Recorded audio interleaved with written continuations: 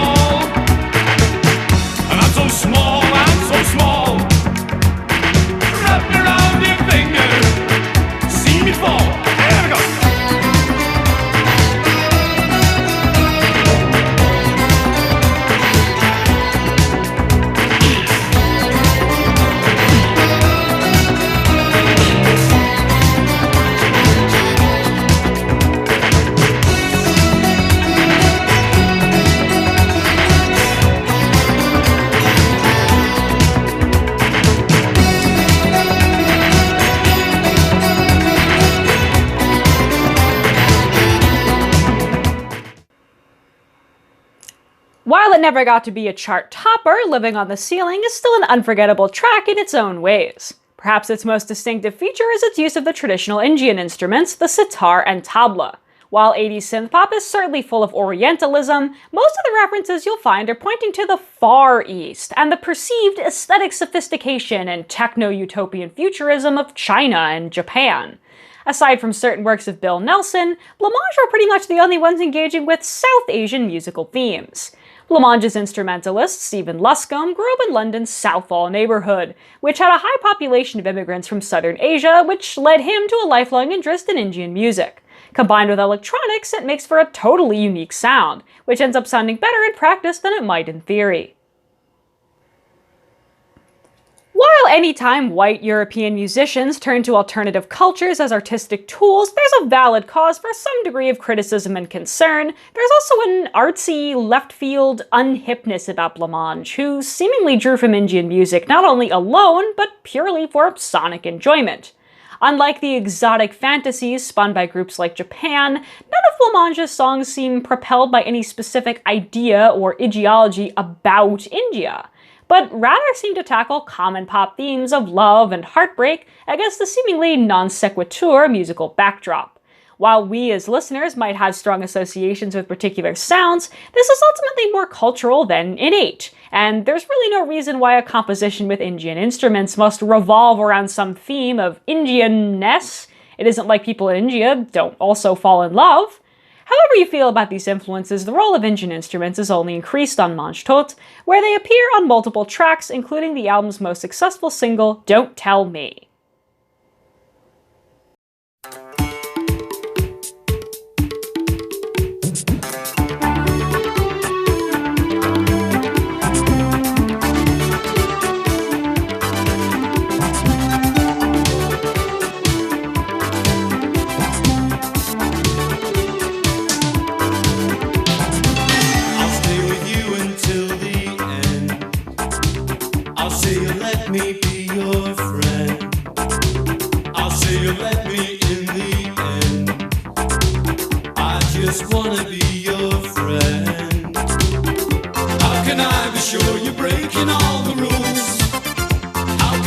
Sure, I should be high above.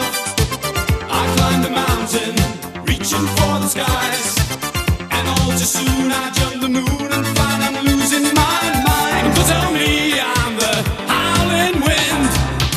Don't tell me you're the wounded star. Don't tell me I'm the devil's friend. Don't tell me I've gone too far. On MANGE TOUT, tracks like Don't Tell Me, not only do the instruments return, but so do the session musicians who had performed the Living on the Ceiling. Deepak Kanzashi on sitar, and Pandit Dinesh on the percussion instruments tabla and madal. Don't Tell Me is a track with a lot of pop appeal, lightweight and singable, which makes it a bit surprising that it was actually the final single released from the album. It certainly impresses me that Blamage managed to create such bubbly and finely tuned pop, given that neither of their core members came from any formal or technical background. Luscombe had a history in avant-garde music ensembles, and vocalist Neil Arthur became interested in music via the DIY culture of punk. Their first ever release, the 1980 EP Irene and Mavis, sounds more like Throbbing Gristle than Culture Club, but they somehow managed to arrive at something quite sweet and palatable in the end. That said, it's also possible for sweet to eventually become too sweet, and this line is provoked on the album's divisive second single, That's Love That It Is.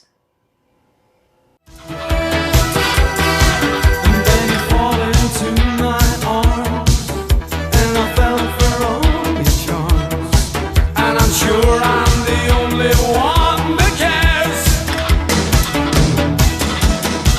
And I got this idea, I'm a foreign correspondent, and I hear the lines, you're all engaged, so it came as no surprise. I sent a letter home, but you live so far away from me. No matter what I do, I just can't see. Shame on me, for it makes no sense, but that's love, love, love, love, love that it is.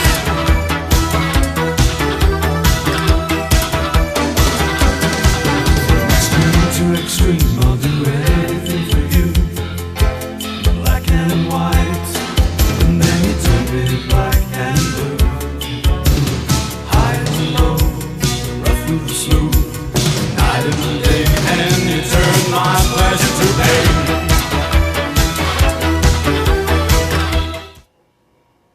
In contrast to the lighter Don't Tell Me, That's Love That It Is utterly bombastic with a vicious intensity. The instrumentation and production style is dense to the point of being borderline overwhelming.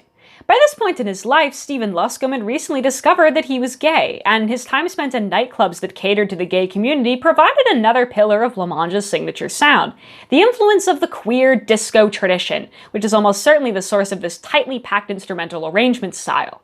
Blamage never seemed to be mentioned in the same breath as other stars of queer synthpop like Bronski Beat, Soft Cell, and the Pet Shop Boys, presumably due to the combination of their overall obscurity and the fact that Luscombe was never the face of their band. But I see no reason not to include them in the same pantheon of camp. Speaking of queerness, it's also worth noting how Blamage played with gender, particularly on their cover of The Day Before You Came. I must have opened my front door at 8 o'clock or so, and stopped along the way to buy some Chinese food to go. I'm sure I had my dinner watching something on TV. There's not, I think, a single episode of Dallas that I didn't see. I must have gone to bed around 10:15. I need a lot of sleep, and so I like to be in bed by then. I must have read a while the latest one by Barbara Cartman, or something in that style. It's funny, but I had no sense of living without aim.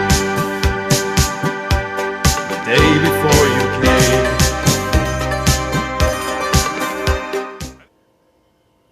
A solid 8 years before Erasure's iconic ABBA-esque, Blamage offered their own interpretation of an ABBA classic with The Day Before You Came. In their hands, it's a languid dirge and a meditation on quotidian miseries for which the titular event seems to offer little respite. The unchanged lyrics portraying the narrator working in an office and watching soap operas at night are subtly feminine coded, but the deep and unmistakably masculine voice of vocalist Neil Arthur seems to muddle those connotations. While it is a cover, I'm tempted to sort it into the same tradition as Soft Cell's Bedsitter and the Pet Shop Boys' Left to My Own Devices, as a work which musically elevates the everyday life of a campily self-obsessed character to the sort of melodrama that the narrator perceives it to have.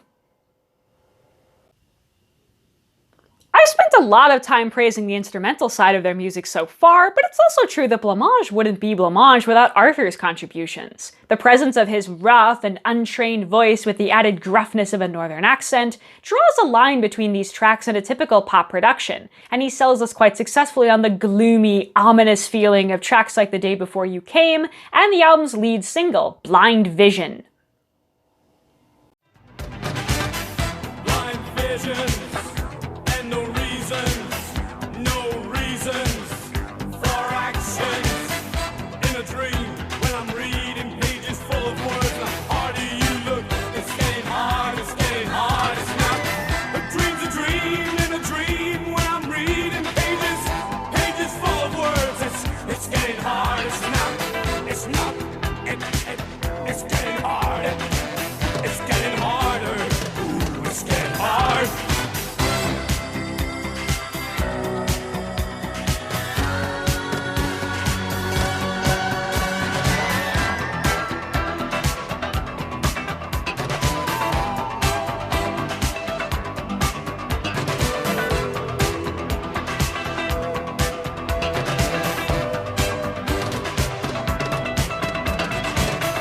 Hold me closer now, hold me closer. That's blind vision. Push me harder now, harder, push me harder. That's blind hell. Keep me spinning around and round the blind center. Now I'm turning the miles above the ground. That's blind hell. On the cover of MANGE TOUT, we find an assortment of seemingly unrelated items, which form a sort of graphic Wunderkammer against a pale beige backdrop.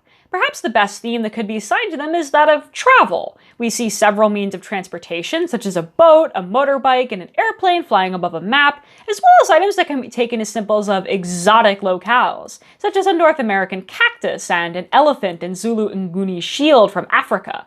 Only the harp is clearly evocative of music itself, and this instrument won't even be found on the album.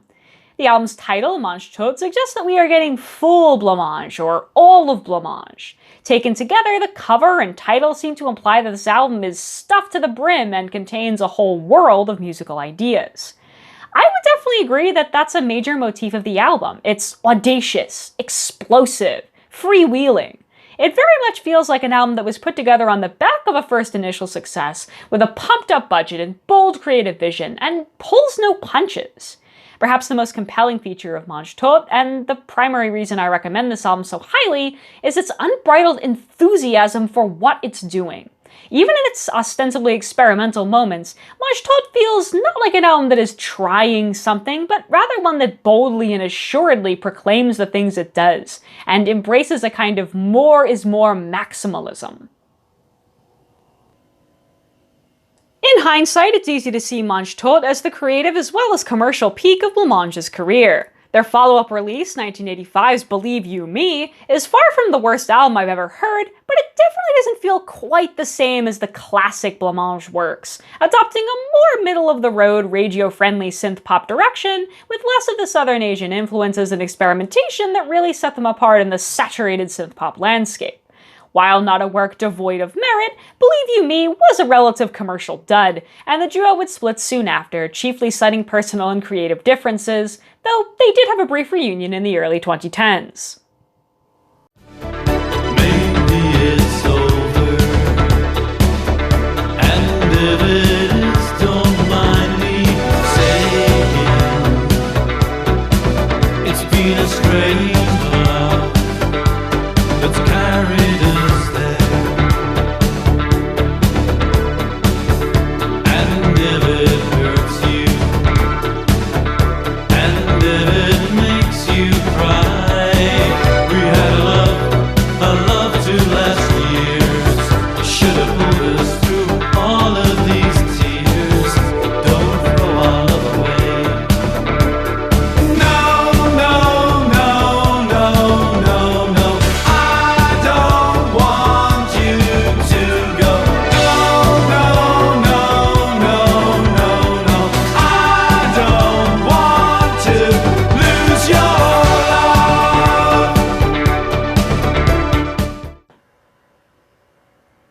favorite track on Mange TOUT is All Things Are Nice, which alongside the neo-doo-wop See the Train would be classed as one of the more experimental tracks on the album. Full of tension, All Things Are Nice alternates between eerily whispering vocals from Arthur and a variety of samples from other media, which was still a relatively cutting-edge technique for the time.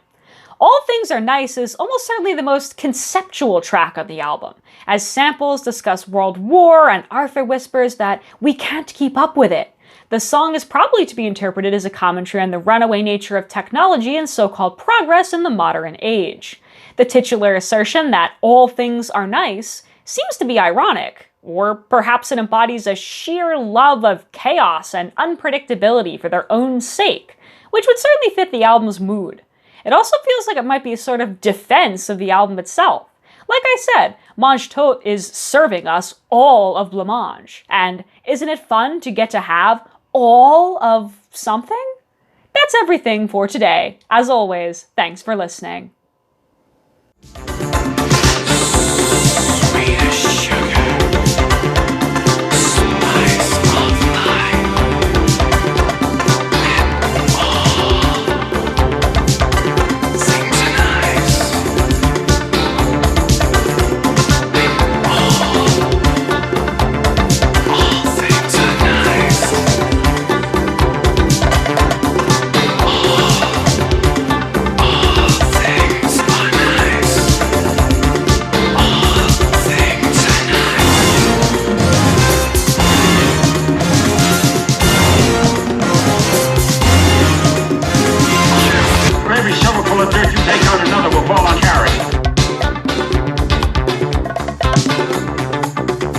Everybody should help themselves.